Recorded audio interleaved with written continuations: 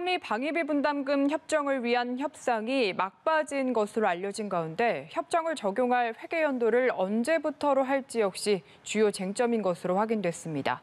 정부는 협정 공백기였던 지난해는 뛰어넘고 올해부터 적용해야 한다는 입장을 밝혔습니다. 서혜림 기자입니다. 미국 바이든 행정부 출범 후 급물살을 탄 방위비 분담금 협상.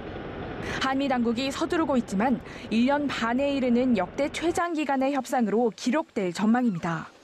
직전의 협정은 이미 만료됐습니다.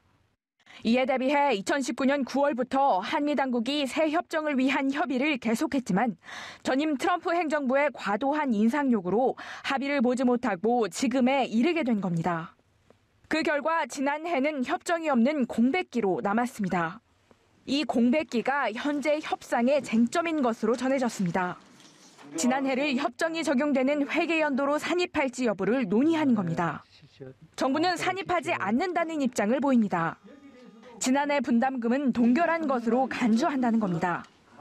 합리적이고 공평한 수준에서 타결 짓도록 하겠습니다. 우리나라의 경우에는 작년은 그 전년도 수준으로 동결을 이미 한 것이나 마찬가지입니다, 사실상.